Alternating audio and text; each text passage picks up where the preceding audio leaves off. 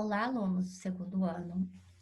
Então, nós encerramos o primeiro trimestre, né, com a disciplina de religiosidades, e a disciplina eletiva agora do segundo trimestre é a memória e cultura afro-brasileira e indígena.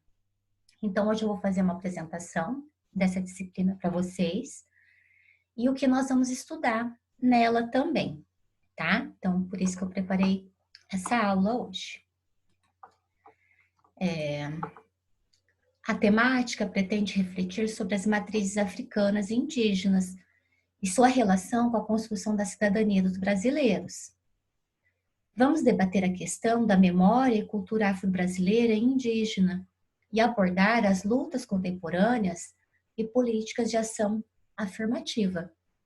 Políticas de ação afirmativa são aquelas leis criadas para reconhecer, né, de alguma forma, o que foi feito com essas populações, principalmente a população negra, tá? A disciplina ainda discute as relações étnicos raciais e seus desdobramentos na sociedade.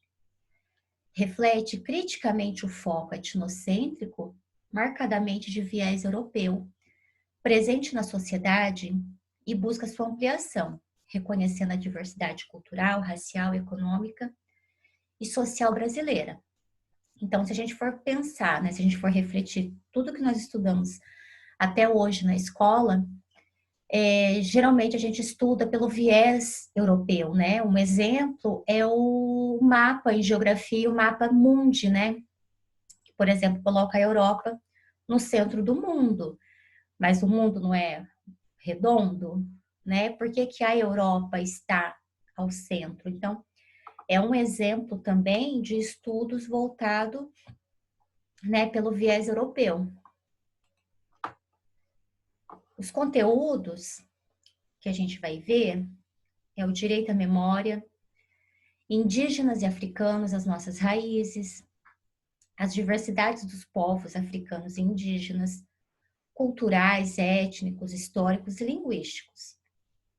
Processos semelhantes entre as culturas africanas e indígenas, expulsão das terras, vozes silenciadas e identidades estigmatizadas. As manifestações culturais afro-indígenas, os quilombolas, os guaranis, os mitos, lendas e histórias e marcas das culturas afro e indígena. Eu espero que a gente consiga, nesse trimestre, estudar todo esse conteúdo, tá?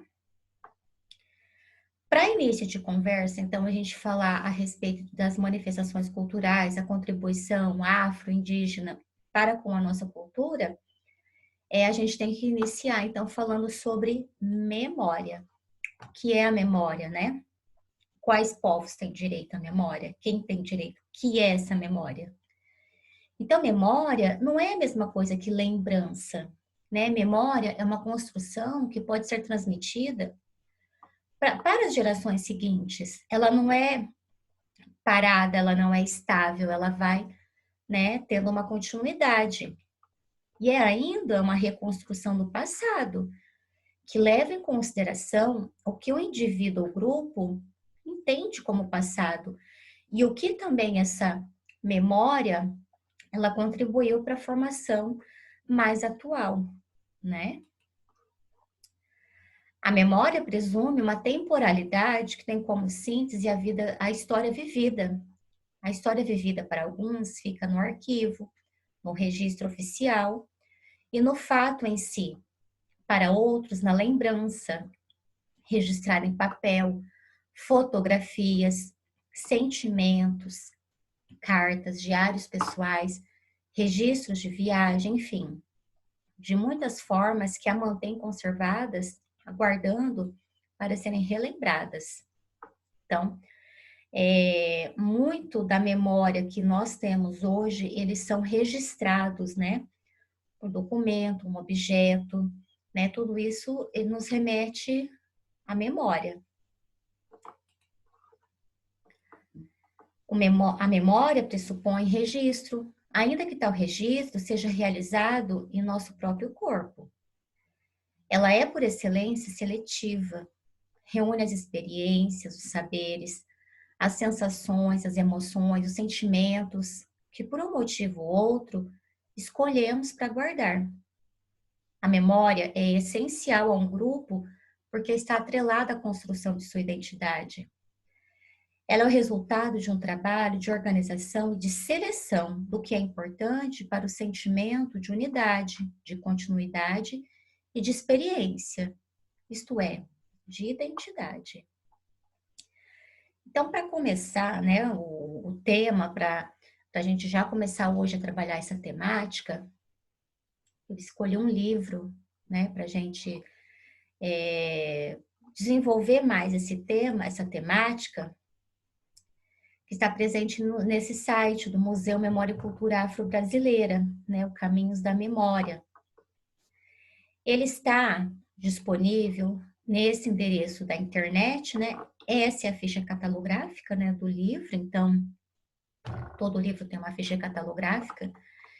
E se você digitar lá na internet, né, www.museus.gov.br, procurar por Memória e Cultura Afro, você já vai se remeter. Tem 2 volumes desse livro. Eu vou estar trabalhando com vocês nessa aula, o volume 2, tá? A capa desse livro é essa daqui. Então, eu tirei algumas imagens, alguns textos, alguma parte, só eu fragmentei esse livro, porque tem muita informação ali. Então, para quem tiver interesse em ler mais profundamente, né, pesquisar um pouco mais, é esse o endereço, tá? Então, para a gente falar, mas você vai falar de museu. O museu, gente, é o lugar, são os lugares onde a memória é guardada.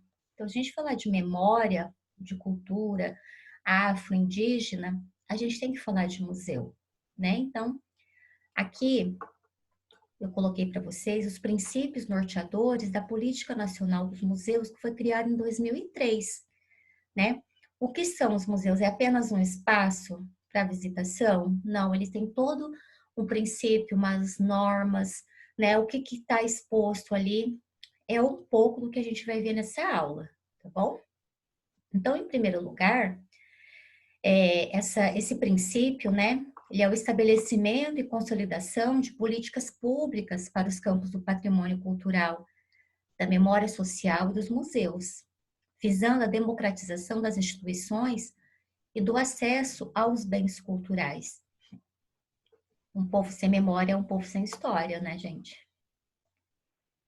Em segundo lugar, a valorização do patrimônio cultural sob a guarda dos museus, compreendendo-os como unidade de valor estratégico nos diferentes processos identitários, sejam eles de caráter nacional, regional ou local.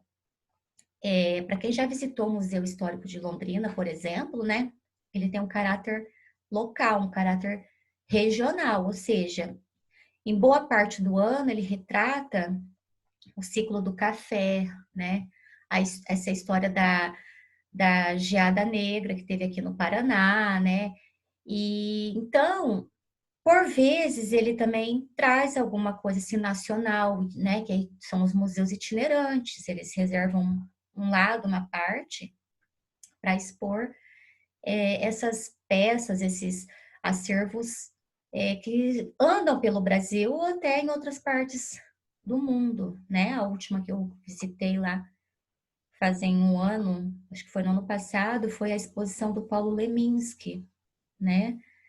Eu não sei se eram vocês que estão agora no segundo ano que foram conosco, né? Mas aquele museu, aquela exposição do Paulo Leminski, ela era itinerante, ela não ficou ali em Londrina, mas ela permaneceu durante alguns meses apenas, né? Assim como também há exposições em outros lugares. Eu fui no Norte Shopping, que era dos objetos egípcios, né?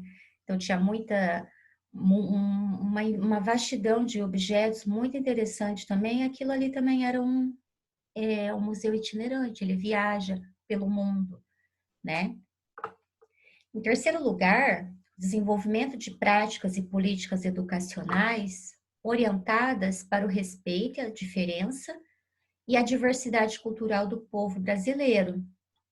Nós somos um povo, então, que temos assim uma imensidão cultural, né? A gente não pode simplesmente ficar voltada e voltar essas práticas e políticas somente para um tipo de cultura, porque a gente é um caldeirão de cultura. Nós somos constituídos por uma vastidão de culturas. Em quarto, o reconhecimento e garantia dos direitos das comunidades organizadas de participar, como técnicos e gestores culturais, dos processos de registro e proteção legal, dos procedimentos técnicos e políticos de definição do patrimônio a ser musealizado. Aqui em Bela Vista, nós tínhamos um projeto, eu não sei como que ele está, né, que eu não conversei mais com o professor que estava tomando frente de toda essa legalização, né? Então, nós temos alguns objetos que, por vezes, ele aparece nas feiras culturais que nós fazemos no Colégio Jaime Canet.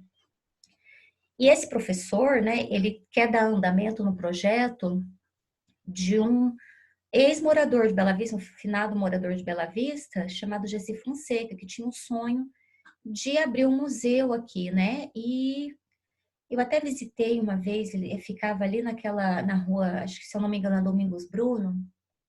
Ele expôs alguns objetos que ele ganhou, que ele conseguiu, né? E depois ele faleceu e ninguém até então tinha conseguido dar continuidade nesse projeto.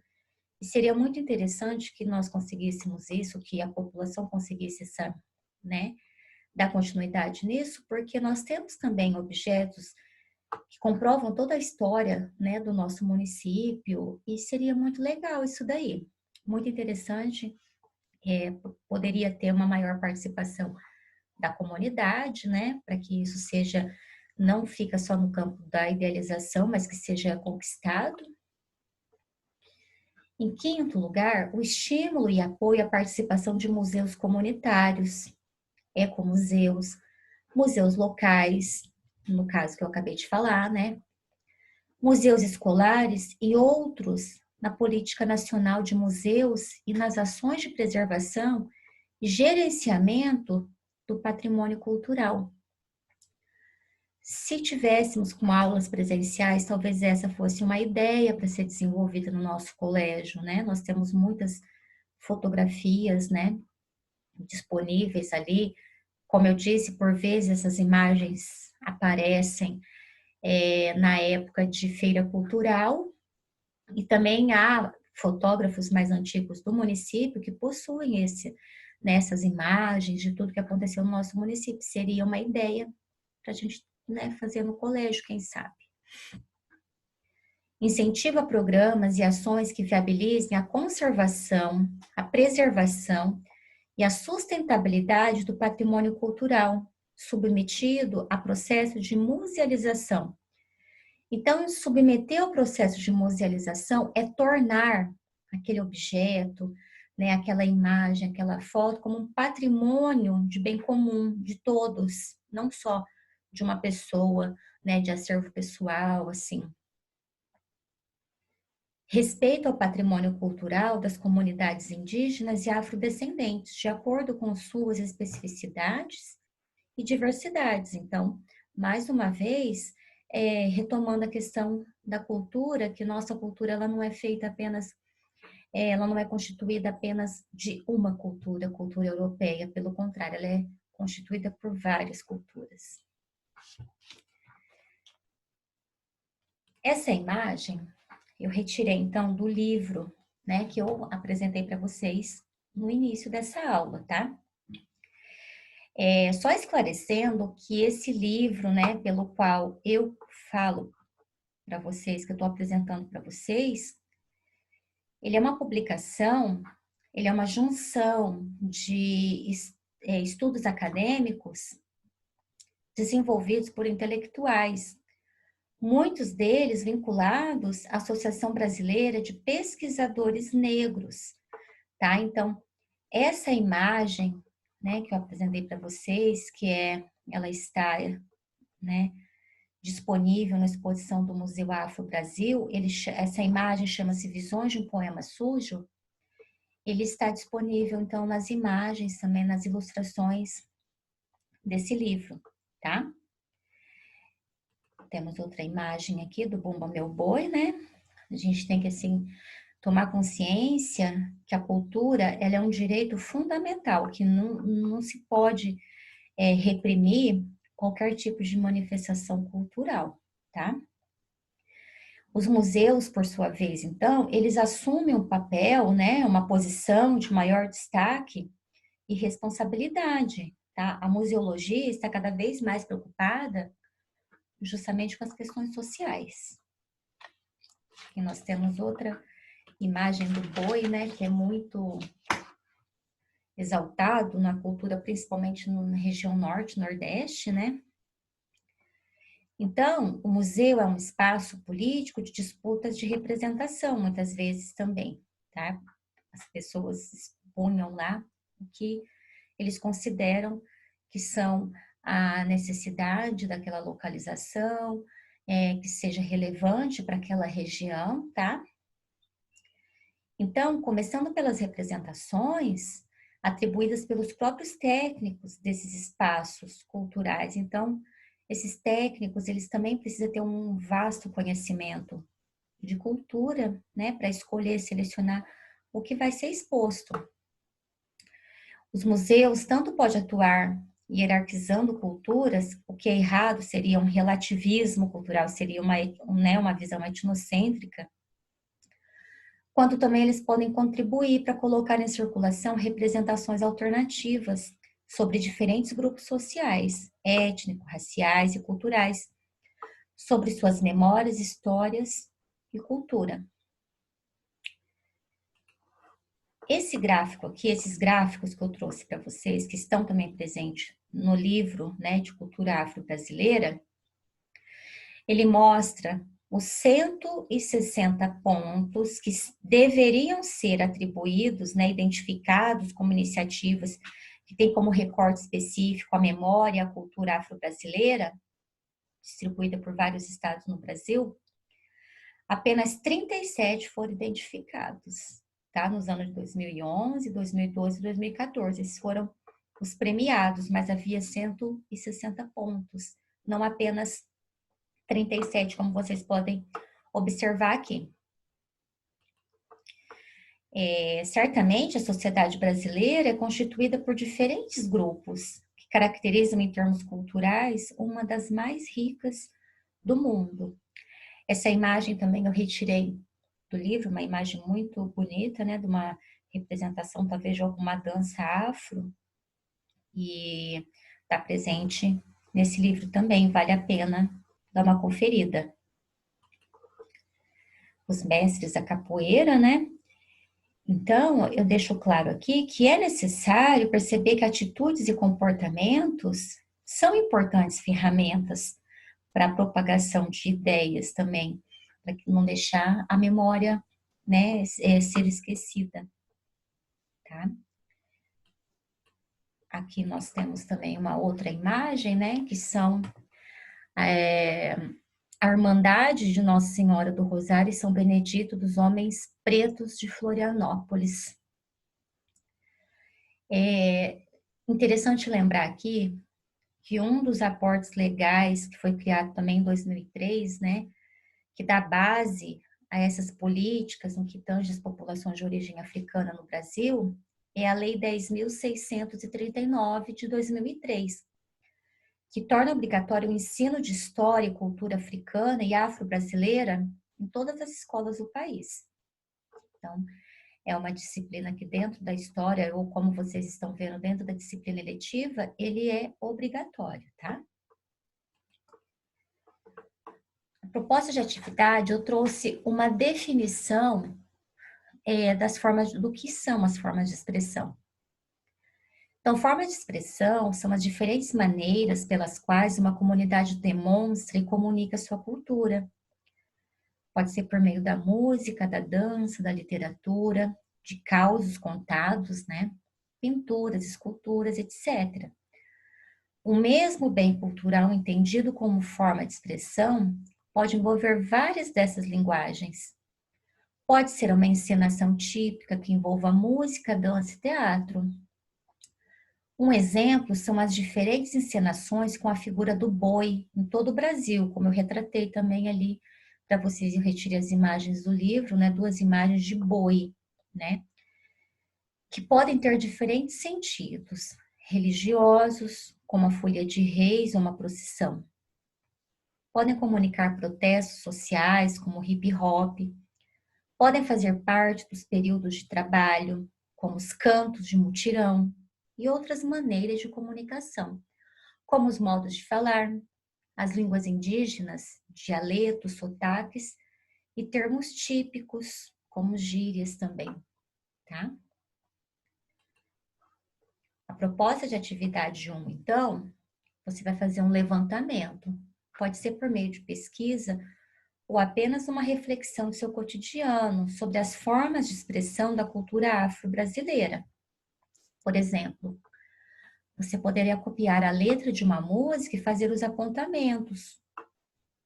Apontamentos aqui seria você vai escrever a letra da música, né, e fazer uma reflexão sobre como que a expressão da cultura afro está sendo retratada naquela letra de música, tá? Você pode colar uma imagem também, retirar uma fotografia, uma imagem da internet e também fazer os mesmos apontamentos, de que forma a expressão da cultura afro está sendo retratada naquela imagem. Ou fazer uma releitura de uma pintura, também você pode copiar, fazer uma releitura. Tem bastante aluno do 2º ano que gosta de desenhar, né? Então pode fazer essa releitura no caderno e escrever um pequeno texto apontando como que a expressão da cultura afro-brasileira está sendo retratada naquela pintura que você fez a releitura. Só não esqueça de colocar o nome do autor, releitura de qual obra, tá? Você pode descrever uma dança típica, uma dança que foi inspirada nas raízes africanas, que se manifestam aqui no Brasil, ou alguma passagem da literatura também, que vocês podem estar pesquisando autores, né, que têm alguma influência da literatura, né, negra, tá? Causos, contos, também pode ser, desde que você faça os apontamentos de que forma a expressão da cultura afro-brasileira está sendo retratada naquela escolha que você fez. A segunda questão que foi exposta nessa aula é qual a importância dos museus, né? Desde o início que eu começo a falar sobre o livro, eu começo a falar sobre a memória, eu falo também sobre a importância dos museus, o que são os museus. Porque podemos afirmar que a cultura brasileira é uma das mais ricas do mundo. Para responder essa questão, você não precisa nem utilizar o conhecimento só dessa aula, você pode recorrer também à sociologia, geografia, história, né? Isso daqui a gente pode, assim, responder utilizando até a arte, né? Na sua opinião, por que dentre os 160 pontos de memória atribuídos, apenas 37 foram identificadas no Brasil nos anos de 2011, 2012 e 2014? Essa é uma resposta pessoal, mas assim é um tanto quanto, será que é óbvia a resposta? Por que será que esses pontos de memória, né, como iniciativas que têm como recorte específico a memória e cultura afro-brasileira, foram apenas 37 identificadas, né, nos estados retratados naquele gráfico? E a última questão, eu peço para que vocês façam uma pesquisa da Lei 10.639 de 2003 e escreva os pontos que, para você, não estão sendo cumpridos, tá? Então, você vai fazer uma leitura, né, dessa lei, ela está disponível na internet, e vocês vão apontar, fazer os apontamentos também de quais, de que pontos, né, que você acredita que não estão sendo cumpridos no Brasil, tá bom? escrever um texto, escrever ou colocar os artigos ali, isso aqui não está sendo cumprido por causa disso, você acredita que é por conta, né, quais motivos que você acredita que não estejam sendo cumpridos. Essa atividade, ela deve ser postada no Google até o dia 5, então, como eu disse, no início já é uma atividade, a gente já está fazendo o levantamento dos conteúdos do segundo trimestre, e ela valerá a presença para a semana do dia 1º ao dia 5 de junho, segundo trimestre, tá certo? Então, eu espero a postagem de vocês até o dia 5, tá? Para a gente começar já a contar as presenças, tá certo? Então, até a próxima. Qualquer dúvida pode entrar em contato comigo pelo Google, mesmo para quem tem o meu particular do WhatsApp também pode estar perguntando, estou disponível, tá bom? Obrigada.